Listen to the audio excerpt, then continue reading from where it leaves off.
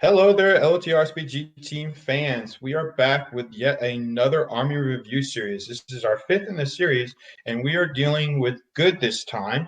And we're actually moving off of the armies of the Lord of the Rings, and we're doing our first army of the Hobbit. So it is going to be one of the favorites, and at least in my opinion, it's one of the favorites, and that is going to be the Iron Hills. Joining me today is Joe. Say hi, Joe. Hello. And Dan. Say hi, Dan. Hey, what's up, guys?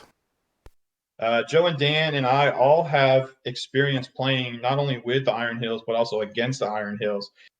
So sit back, guys. Grab a cup of tea, as one of our subscribers said in our last video to Angmar. Grab a cup of coffee, grab some models, some paints, and get ready to talk about some Iron Hills.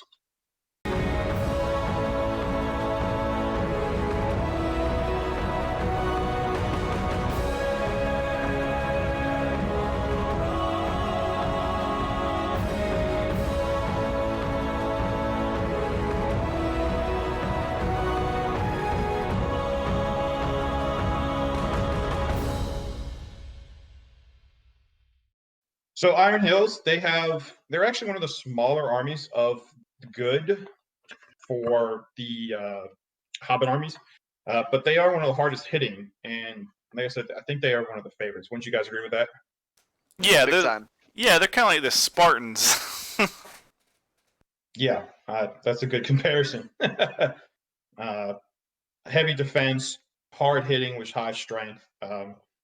But yeah, we're going to do a little bit different this time, guys. Instead of going model by model, we're going to try and keep this like an open format, just kind of bounce around.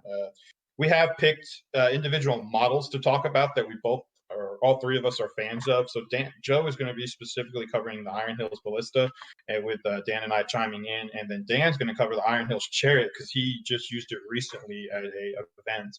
And of course, like I said, Joe and I will chime in, and I'm going to cover Dane because I have some funny stories about that. So we'll actually go ahead and throw it over to you first, Joe, because everybody knows about the Iron Hills Ballista. So let's talk about that. So, the Iron Hills Ballista is probably the best siege weapon in the game, even though it got its points racked up a little bit. The thing is just phenomenal for what it could do. So, if you're going to go to an event and you're like, I'm going to play Dwarves, I want to play Iron Hills, you don't know what you want to bring. You're like, well, I'm going to bring Dane because you basically have to bring Dane. Yes. I highly recommend putting one Iron Hills Ballista in your list. If you're playing 1,000-point event, maybe two. Yes. So let me go over Iron Hills Ballista real quick. It's Strength 8, Defense 10, 4 wounds. It's crew or Iron Hills Dwarves, so they're Fight 4, Strength 4, Defense 6, 1 attack, 1 wound, Courage 4. You can upgrade it with a Engineer Captain, Superior Construction, additional crew. It has the special rule Reliable. This is a big rule for this siege weapon. When firing an Iron Hills Ballista at a target, the shot will only scatter 3 inches rather than 6 inches. Furthermore, the Iron Hills Ballista crew may reroll 1s to hit. And that right there is huge, because quite a few times I have rolled a 1 with my Iron Hills Ballista. I re-roll that 1, bam, get a 4 or get a 3 and want to use my might. So it's a really good rule to use. It's a really good rule for it, and it's a really good rule to remember for everyone. Well, Joe, you're the lucky one because when I roll a run, I always re-roll it to a run. I have 2, 1 or a 2. It has the old twirly whirlies. This is a big rule for this. This is what I think kind of. So that rule right there, which allows you to reroll 1s, only scatters 3 inches. But here's where like the kind of the meat of the Iron Hills Ballista comes in. The old twirly whirlies. The Iron Hills Ballista always counts as declaring a heroic shot. There is no need to spend an additional spend might. Additionally, the ballista follows the rules for volley fire. When the ballista hits a target, place a marker under the center of the model. Draw a line from the center of the ballista to the center of the marker. Shooting attacks that are strength 6 or less cannot target any model from 3 inches of that line for the remainder of the turn. Additionally, shooting attacks that are strength 6 or less cannot be made if they cross the line at any point. If a shooting attack that is strength 7 or more targets a model that is either within 3 inches of the line or shoots across the line, roll a d6. On a 5+, the shooting attack is prevented. At the end of the turn, remove any marker. Remove the marker. So That's so huge. so that's huge. So let me explain this. So Iron Hills is actually one of the only dwarf factions. Is the only dwarf faction, sorry, that has cavalry, and it Mhm. has other dwarf factions have bows and stuff, but they have crossbows. But probably most of the time, you're gonna have to go to your opponent, or you're gonna have to push the assault. Now, what the Iron Hills Ballista does is while you're marching up, you can mitigate the damage you take from getting shot at. Now, granted, you guys are wearing a lot of armor and they have shields and stuff, but it's a good thing to have, especially if you're fighting other siege weapons, and you can possibly stop your guys from getting hit by them. Yeah, the biggest thing with the twirly whirly, as it's called, like you said, dwarfs move slow. Like you said, Joe, they have cav, but they just move slow. So if it's a game like Lords of Battle or something, and your opponent's playing, for example, Rivendell Knights, they can just kite you all turn. Even if they're not wounding you very often, the fact that they can just move away from you all game and never actually have to get into combat and have that, your high strength, high defense is probably going to do really good against, an all mounted army like Rivendell Knights. But they're just going to run away from you. So having the twirly whirly is one of those things where it's going to actually make them come to you, because shooting that and dismounting all of those guys would really, really hurt you. Or if Rohan, for example, because that's your big army, Joe. Yeah, I've taken the, and then there's one more rule I'll talk about. It's tremendous impact.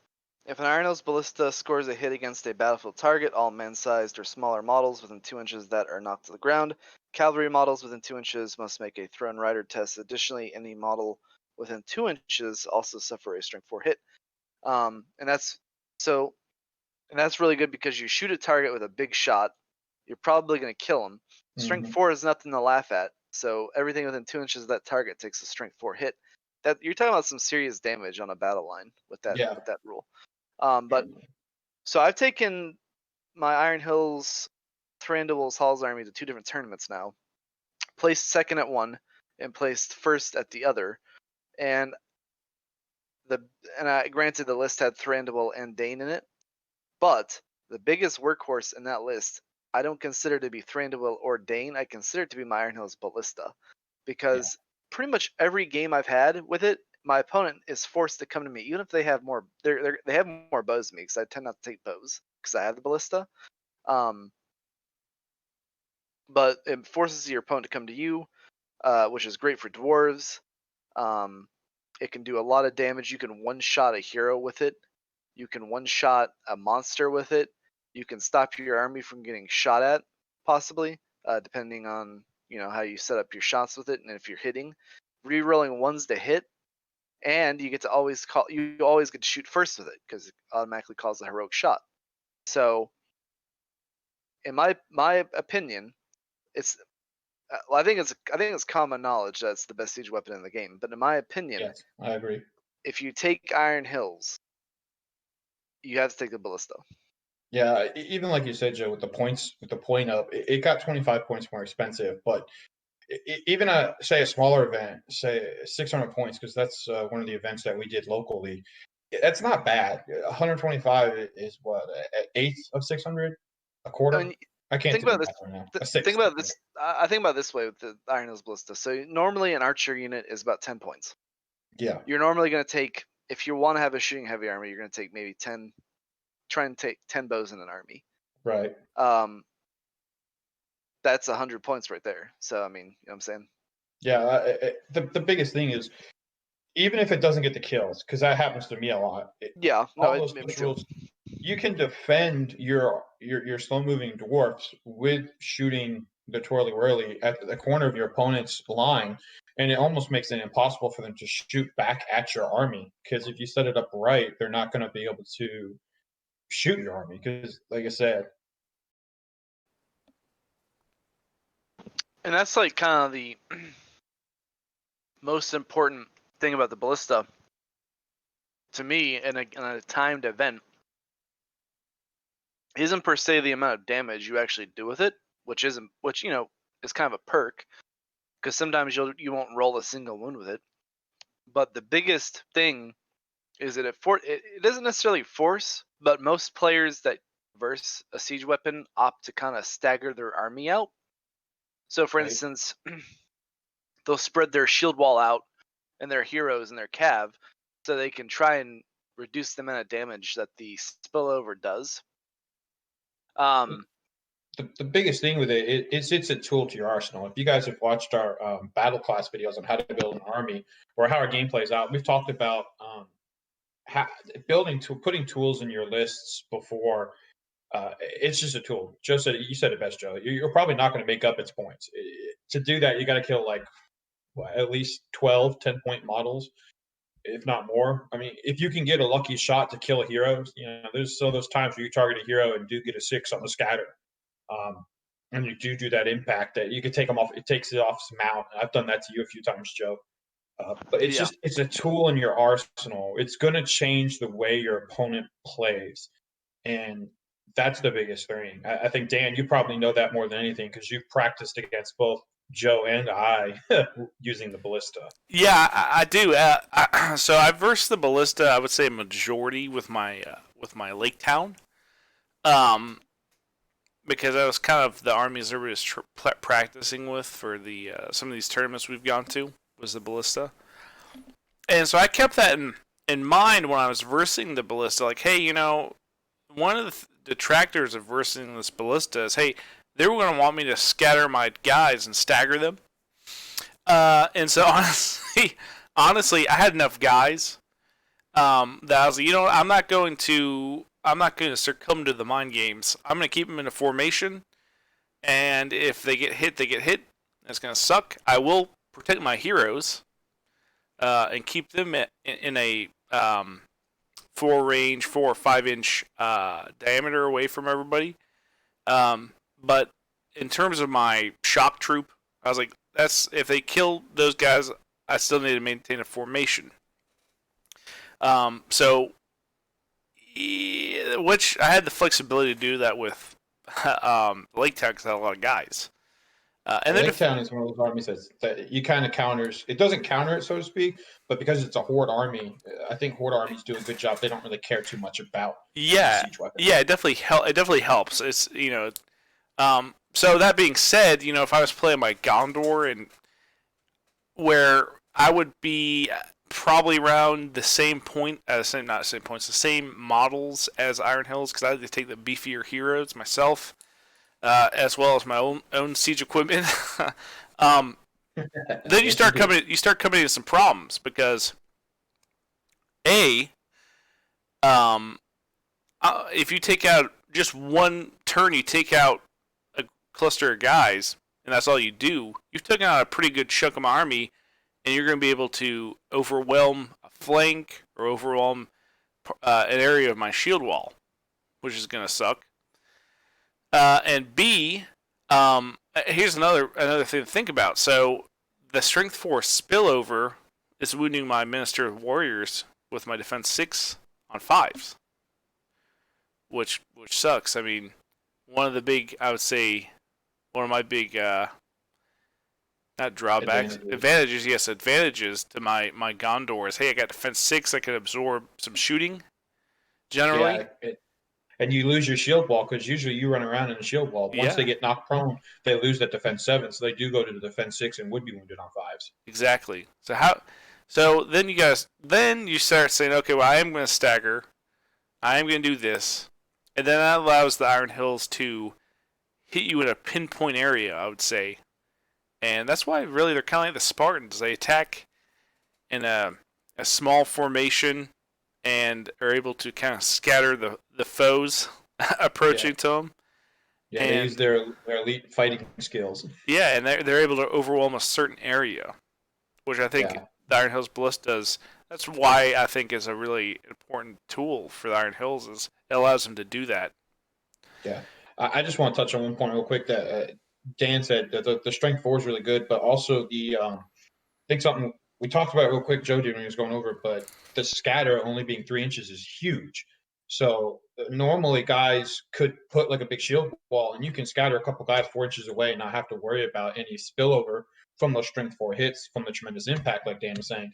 But with it only being a 3-inch scatter, you've really got to be a lot more careful. Yeah. So using Dan's example with Lake Town, is he's got a lot of little heroes, and all those little heroes kind of work together with synergy, like we've talked about before with other armies, where normally, okay, it's a 6-inch scatter. I can just scatter, even if you target one of my main heroes, I'll just scatter on this guy way over there. What, you knock down 2 or 3 ranks of guys, whatever. It's not going to get to me. Oh, but wait, now it's a 3-inch scatter. You've really got to be careful with your positioning. So if you start, since you, again, we're talking about Lake Down, if you can target someone like Bard, Dan's got to set it up where the scatter is going to get a guy within 3 inches, but not within 2. So he's going to be moving his heroes and his model units around a lot more, and that's really where the mind games come in, like he said.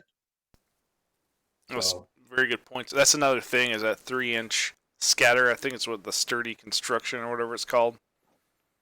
The reliable. Yeah. That's right. Superior. I will talk real quick. Let me talk about the upgrades. So you can take a engineer captain, which I would never do. Which I wouldn't recommend doing. Never. Maybe in the last edition, but in this current edition, no. Superior construction, I believe, adds 12 inches to the range of the Ballista, and the Ballista already has a 48-inch range, so I mean it pretty much can hit an entire table. So as long as you deploy right, Joe? Yep. Yeah. Don't put it in the corner, because then you're not going to reach the other corner. Yep. And I will say this to everyone out there: I have when you're deploying the siege weapon, any siege weapon, but for me it's the Iron Hills Ballista. If you deploy it in the corner and your opponent has a target that it wants to protect, either another siege weapon or a banner or whatever, then they'll put it in the other corner so you can't reach it. That's like the only place that's safe, in the kind of opposite corner of where you put your Ballista. Yeah, that got you one game, Joe. Yep, food for thought. Hey, but that's how we learn, though. That's how you learn. Yeah, there's one more tactica I want to talk about with the Ballista, and that's actually it's an important thing. So I talked about shooting at heroes, but it was a big deal last edition, and it should be still a big deal in this edition. Mounted heroes, like a Ring Wraith on a Fell Beast, is a very juicy target with it, because you can instantly kill the Fell Beast and or knock the Ring Wraith off. Yep. The Fell Beast. So anyone, if you have a buddy of yours that, let's just say you don't have an Iron Hills Ballista at this point in time, you and your buddy are playing 500-point games, and your buddy has the Witch King on a Fell Beast, and he is killing everything that you have, and you can't reach him. Put an Iron Hills Ballista in your list. That's my last kind of thing about the Iron Hills Ballista. So I would like to bring up one more point too. Go for it, Dan. I don't know if we touched on it, and if we did, we touched on it too briefly. The fact that the Iron Hills Ballista itself doesn't need line of sight. Yes, that is very true. That's true. We didn't talk about that. Yeah, well, you read it in the old Twirly Whirlies. It does have volley fire, but yeah, that is huge. Yeah, so what the volley fire means, guys, is the Iron Hills Ballista itself doesn't need line of sight to shoot a target. As long as somebody in your army sees it, then you can shoot the Twirly Whirly at it. Yes.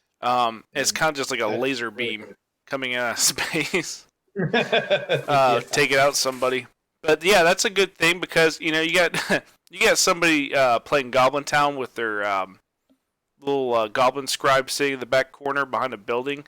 Take one of your goat riders and run them up far enough where you can see them, and just start pummeling them. Yep, there you go. You're probably going to kill that too really quickly, unless you're me and roll a 2 to wound.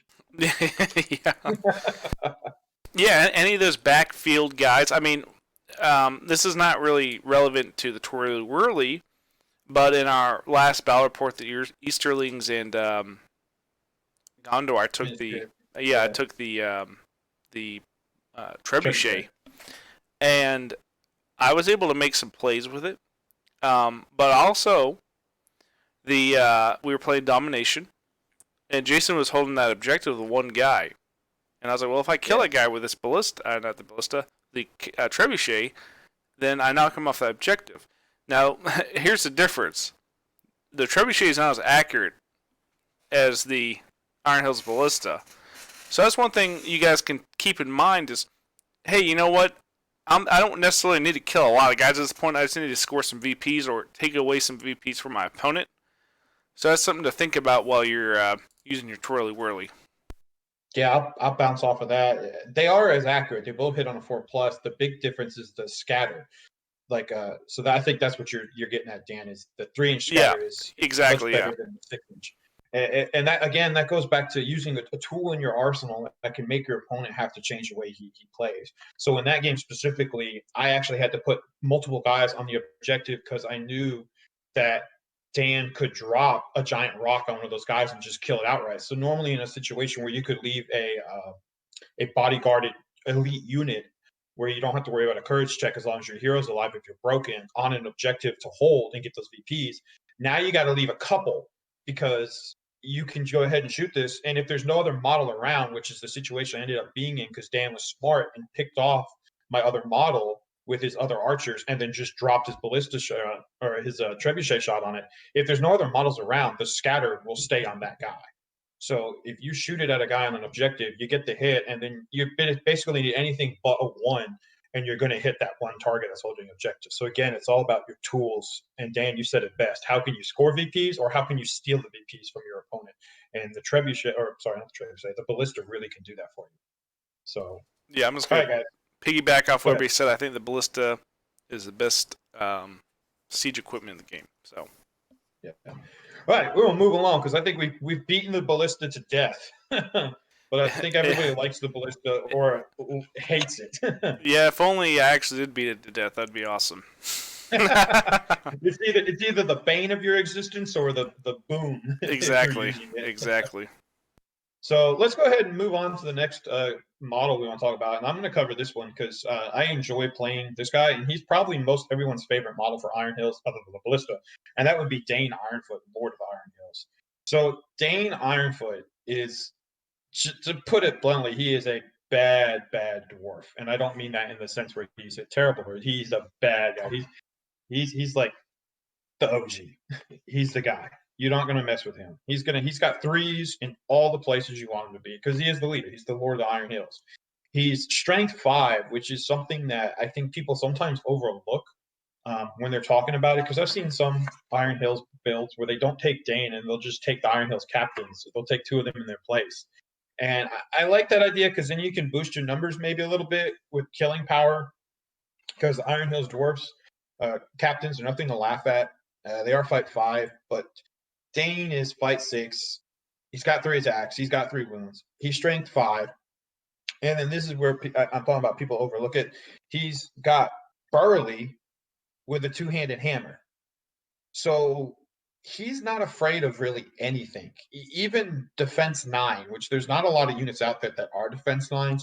The only one popping to my head right now is the Volt Wardens from the Kingdom of Moria. And even those he's winning on 5s because of his +1 to wound. So anything out there, he doesn't really care. He's going to be winning most things on 4s, some things on 3s. He's no one not to laugh at. He's definitely probably one of the best dwarf heroes in the game. Actually, I'd say he is the best dwarf hero. What do you guys think? Best dwarf hero in the game? I agree. Yeah, just from killing power. Hands down. And especially for the points cost, because me and another player in the SBG community one time we were at a tournament, and we were talking. So I was like, "Yeah, Dane's really good." He's like, "Yeah, let's compare 2 profiles real quick." And he talked about Durin. Yeah. And he talked about Dane.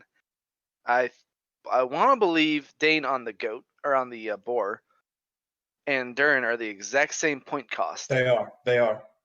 And for the and granted, they both have unique special rules, but on a raw stat profile, Dane has a higher strength.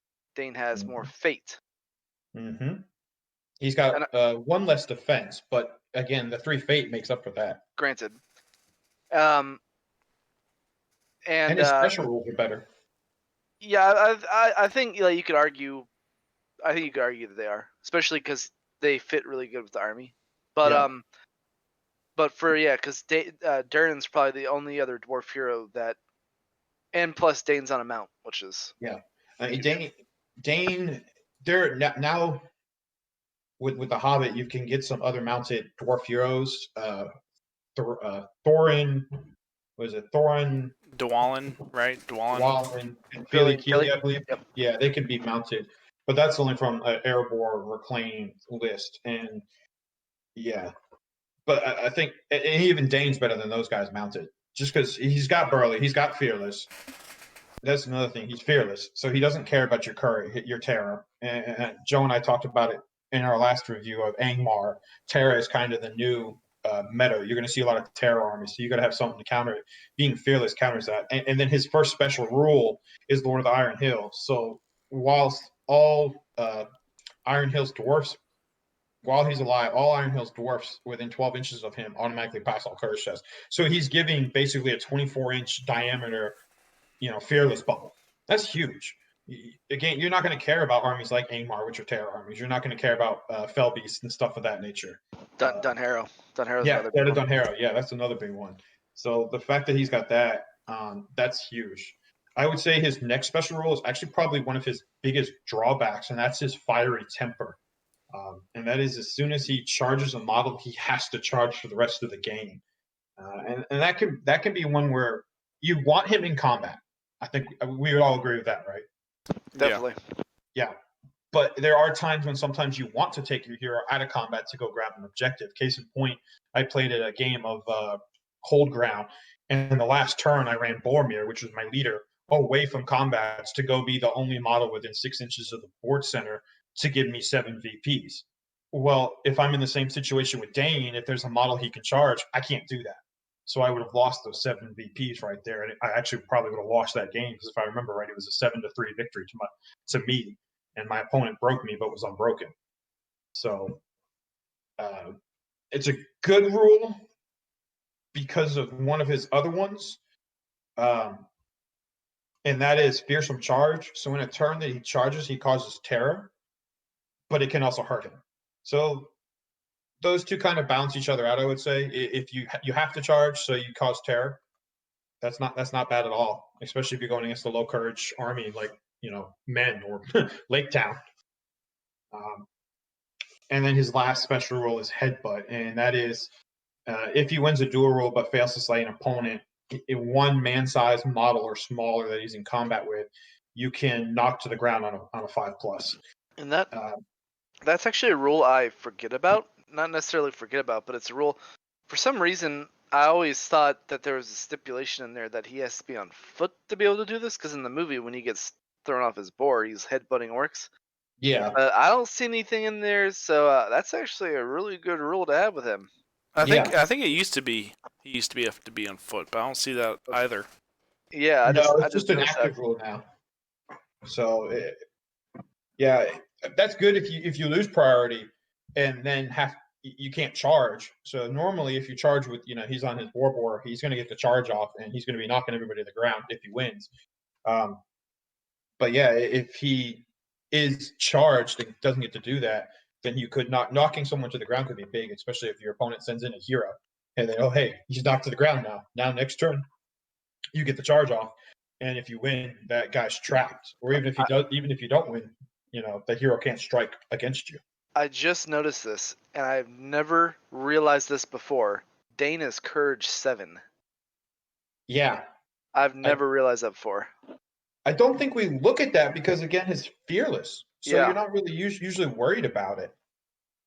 But that is huge, being Courage 7. Yeah, it is, especially Blaze of the Dead being a thing. Yes. I would like to bring up one more point with Dane. So the army bonus. Definitely that. Yeah, the army bonus. I'll tell you the army bonus in scenarios where you roll for additional reinforcements, such as I think you roll for reconnoiter or hold ground, command the battlefield. You may modify your reinforcements rolls for the warband from this army list with a +1 or -1. Scenarios where you roll to see which part of the board or warband the one part of the board your warband deploys in. You may modify this by a +1 or -1. So that's big, but it also gives you this. Additionally, Dane Ironfoot, Lord of the Iron Hills, receives Master of Battle on a 4-up. And that I can say firsthand. I've had games where I made his 3 might and the 6 might just by calling heroics with him. Yeah. I think it's so if you play just a pure Iron Hills army, which we're talking about, Mhm. I think it's really good because you're not gonna have a lot of might in your army, probably, unless you are playing a high points game and you can squeeze 3 or 4 captains in a list. With Dane, it's a really good rule. I've made his, like I said, I've made his 3 might into 6 might. I've had games where I got every single one of those in a on a 4. But then I've also had games where I didn't get a single one. So. And the cool thing is Master Battle doesn't require you to have a might point to spend. So, I have no might, and you're gonna call a strike with somebody. Okay, I'll call strike too. Yeah, we'll go. Master Battle it's one of those ones where it's really good. Iron Hills captains have it too, but because of the fact that the only special heroic they have is March, which is definitely a reason why you want to take a Iron Hills captain, is because you do have these slow moving dwarfs that only move 5 inches, but they have it on a 5+ as opposed to a 4, so you have only a 33% chance of getting it. But the only thing they're going to be able to master a battle would be a movement. Yeah, they could do shoot too, I guess, but you're already if you're playing like we suggested and taking Iron Hills Ballista, you don't really need to worry about calling heroic shoot. Yeah, Dane has a heroic resolve. He also has March, so that's a good reason. Another good reason to take him. Oh, I actually forgot about that. Strike, strength, and challenge. Yeah, let's. Who wants to challenge him or be challenged by? Let me just put it this way. I'm a huge LSR fan. I think LSR is one of the best heroes in the game. I would have reservations about challenging Dane. Yes. I would have reservations about that. I think, all right, so it hit 2 points I got real quick, and this one's a quick one. Then I'll go to my second, which is the bigger one. His Warboar has 2 wounds. You can't forget that. So he's one of those heroes where you also don't have to worry so much about trying to hide against enemy shooting when you get close to combat, because you can sometimes hamstring yourself during movement trying to protect your heroes, your mounted heroes, from being shot at. But the fact that his Warboar has 2 wounds, you can play him a little more loosely as you get close. And I'm not saying put him in your front line when you're 24 inches away and just have him ride straight at your opponent, and your opponent's got 16 bows to turn because they're playing a shooting heavy army. I am saying that if you're within that 8-inch charge range, don't hide behind 2 ranks of guys, because if your opponent moves first, it could make it impossible for you to charge. So he's one you could put on the edge. But the second thing is you have to be careful with his 2-handed hammer, because his special rule Burly is great. And now this is very situational. Joe, I'm looking at you. But if for some reason Burly gets taken away, Joe, Floey, that 2-handed hammer can really hurt him. And I remember that only too well. Joe. Yeah, it's I actually have a story about your Archer cover. So round 2 at Historicon, I versed pure fiefdoms, with the full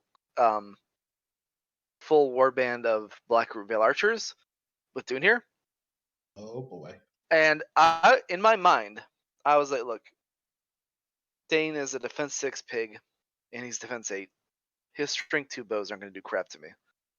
So I literally, I called a heroic march because it was hold ground and I was trying to get to the center. I had Dane front and center because he had to move, because the way I wanted to do it, he had to move first, but because he had to move, because I moved him farther up than the dwarves. He called a heroic shot all of his bows into Dane, killed the boar in 1 turn, and wounded Dane. And I felt all 3 my fate. So that is a good example of not putting Dane front and center. Sometimes you're forced to. I was forced to in that situation. But just a good story to know. Yeah. The misfortunes of others. Yeah.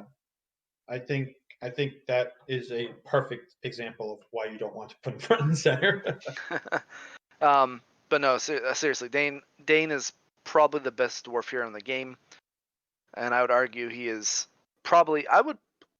I can't really say I'd put him in the top 5 because I'm thinking between good and evil, there are so many really good, strong heroes. Oh yeah, there really is. But I would definitely put him in the top 10 of just really good fighting heroes in the game. For good fighting heroes, he might be in the top 5. Top 5, yeah, probably. Yeah.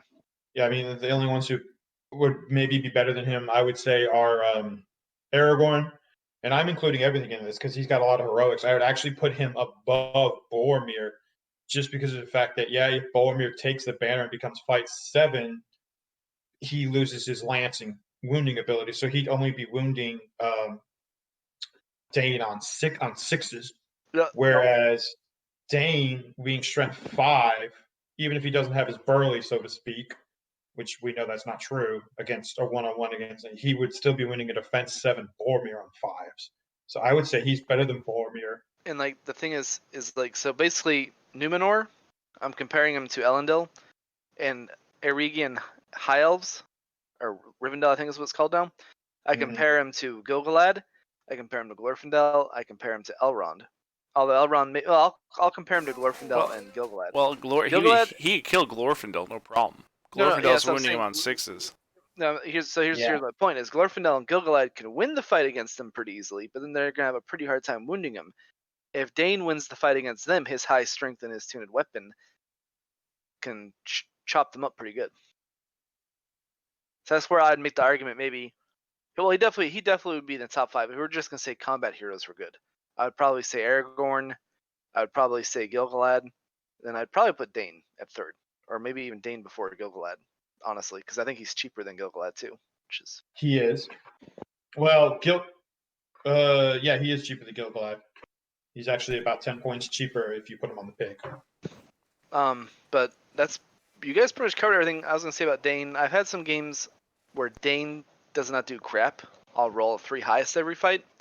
I've had games where Dane one turn kills a hero and then rolls into another hero and kills them. I versed Rohan, Lords of Battle, last round of Historicon, killed Durnhelm. I killed like Mary the turn before, and then I killed Eowyn. Rolled into Darrowine and killed him because I was versing Rohan with my Iron Hills. So he can assassinate heroes. He can assassinate troops. He's just a really good combat hero, and he's a top 2 hero. I would say definitely, yeah. And he gives Iron Hills that synergy aspect that we've talked about before with the Fearless Bubble.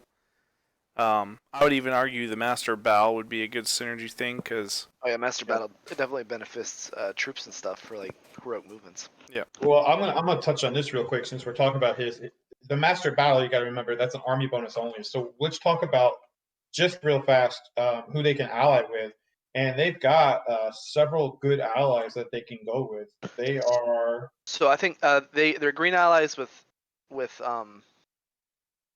Army of Thor. Yeah, Army of Thor, Lake Town, and Thranduil's Halls. Yep.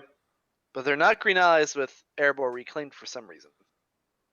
Yeah, that's the weird one. But the fact that you can put them with, I would say Army of Thor, is where you go from the biggest weakness to Iron Hills, and I think we both agree with this, or all 3 of us agree with this. I'm sorry, is they only have one big butt-kicking hero, and that is Dane. Yeah, but if you can green ally in with Army of Thor, now you can include Thror, Thrain, and Thorin.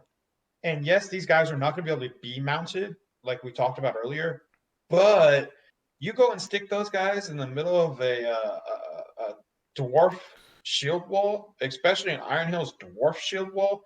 You don't want to mess with that. No. And that could be another thing where you can take, if you take Thror, now you've got 2 heroes of legend. So you're going to have 2 auto courage passes if you do get broken, which is kind of hard to do against Iron Hills dwarfs. They don't die very easily unless they're going against a cat heavy army with lances. But getting 2 heroes of legend is great, and that allows you to pick which hero of legend you want to be your leader. So I think Iron Hill. So This is kind of my opinion. Thranduil's Halls, Lake Town, and Iron Hills are the 3 best armies in the game that can ally with each other. So granted, Rohan can ally with fiefdoms. They can ally with Gondor. They can ally with they get a lot of good allies as well. Rohan does. Gondor has a lot of good allies.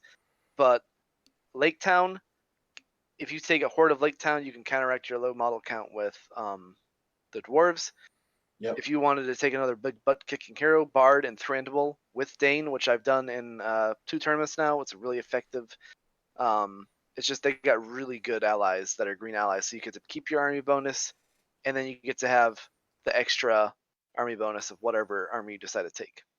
Oh, and I'll say this too: the fact that you touched on it right there, they've got 3. They can do a trio ally alliance at a larger points event, like 1,000 point event. Oh yeah, definitely. That'd be gross.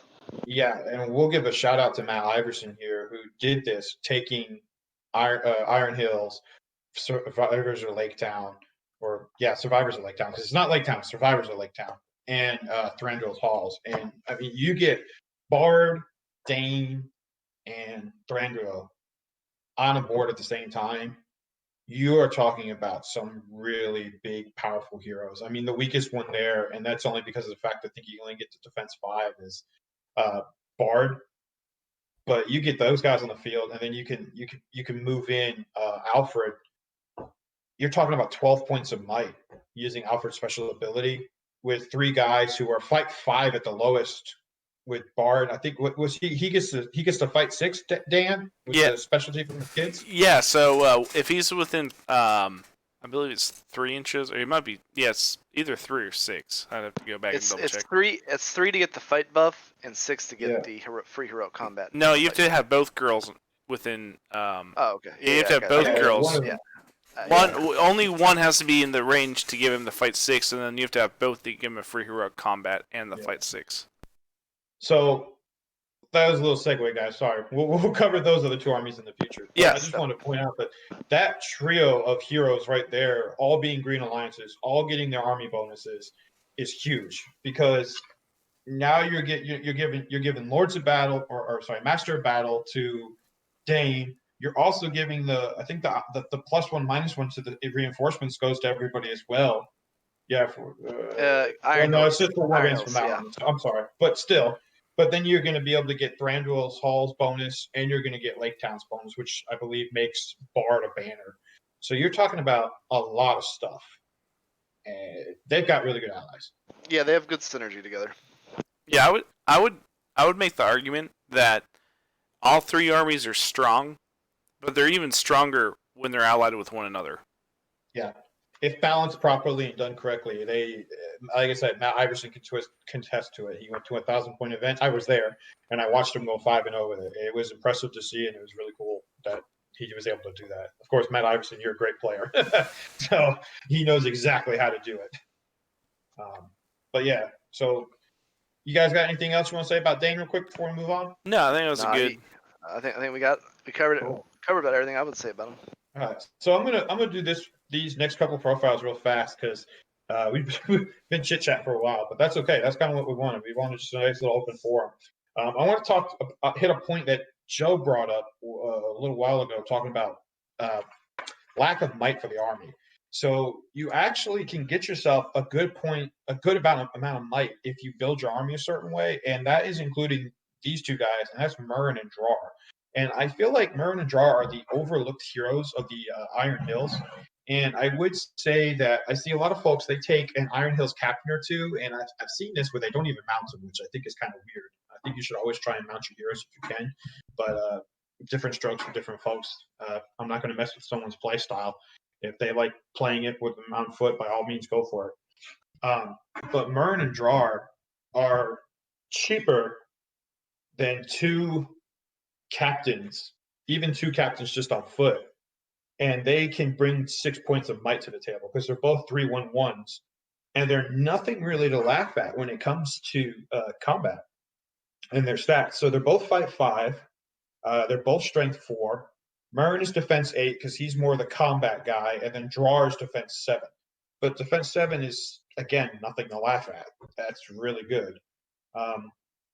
both have 2 attacks and 2 wounds. Both are courage 5, and then they both have a little bit of special ability. So Murrin, for example, he has a shield. So being to attack in a situation where if you're trying to hold your ground because you've been broken for some reason, or you just need to hold an objective, you can shield and get 4 attacks without being able to strike, of course.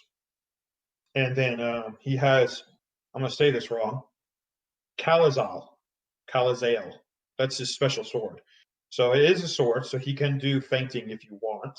I don't know why you would want to, unless he's also in combat with, say, like Dane.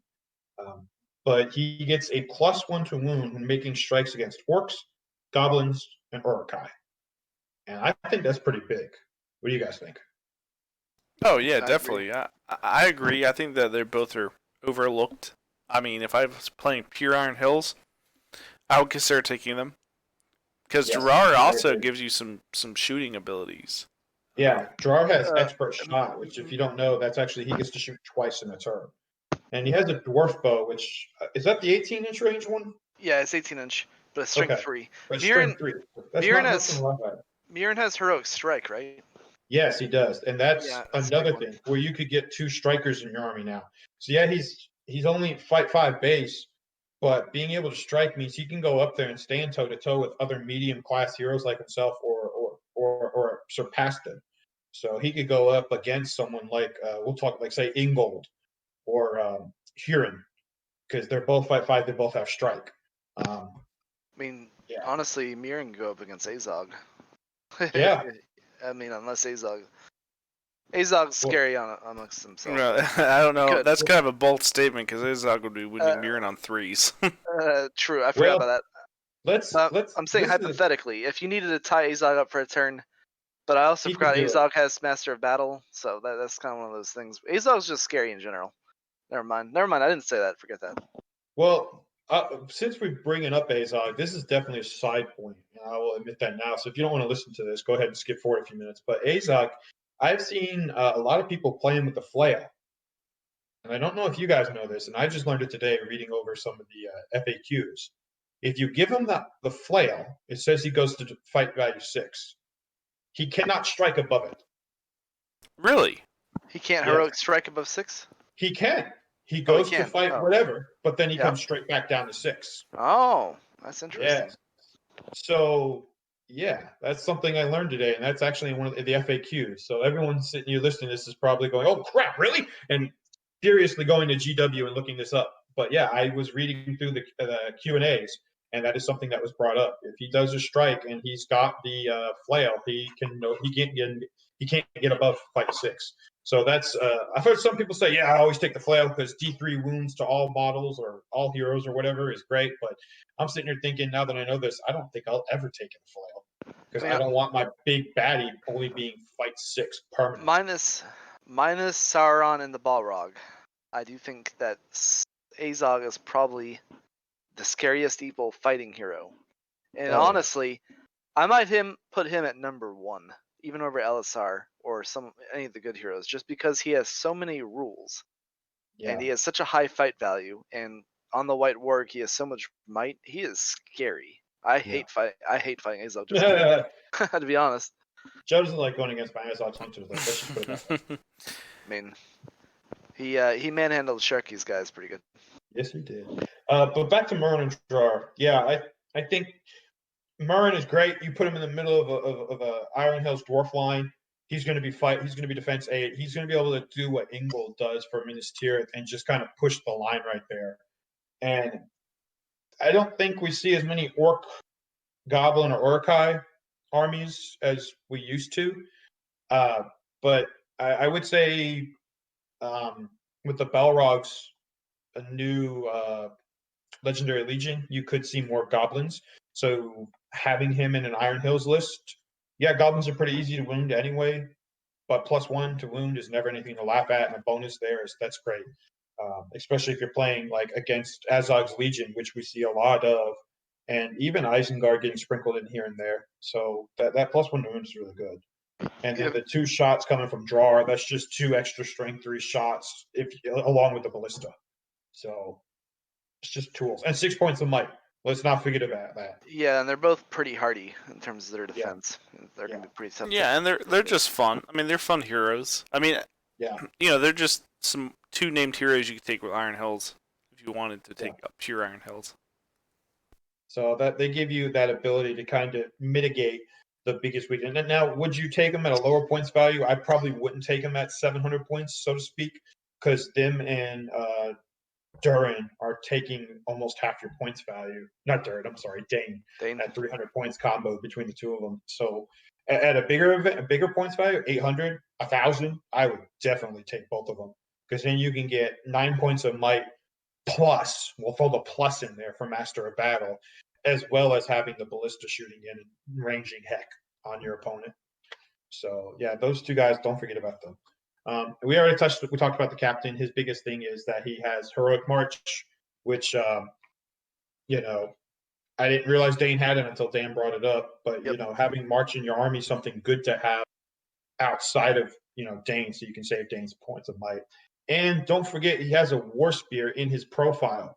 So again, I think you should definitely mount him. And if you don't mount him, then you should be changing out the War Spear for a Mata, which is actually free. But putting him on a War Goat would give you that mobility plus the +1 to too many pluses. +1 to wound when he charges in, which is nothing to laugh at. And if he does get back on his feet, the War Spear is a spear, and he has Shield Wall. Yep. So he could be defense 9. Yeah, defense 9. Put him in a Shield Wall on foot, which give him a Matic, put him on a Shield Wall. Defense 9, nothing to laugh at. Master of Battle on a 5-up to go in there and maybe steal some heroic movements from your opponent without having to burn Danes. Nothing to laugh at. I would say they are probably some of the better heroes. They're better the better captains. What do you guys think? Just one of the better captains out there. Yeah, I would say, just kind of looking, using my memory, I would say the Isengard, Uruk-hai captains, and then the Iron Hills captains, probably some of the best in the game. Yeah. Yeah. I think the Blackguard of Barad-dûr are one of the better heroes as well. Yeah. No-name captains. Yeah. You can make an argument too. I mean, like now that captains don't have strike, but you could argue that elf captains still their fight 6. Yeah. That's their bonus for being elves. Palace guard captain or bodyguard, they can get fight 7 if they're in 3 inches of Thranduil. Mm-hmm. But yeah, they're definitely one of the top ones. So moving on, we've almost at the end of this, guys. We got a couple things left to cover.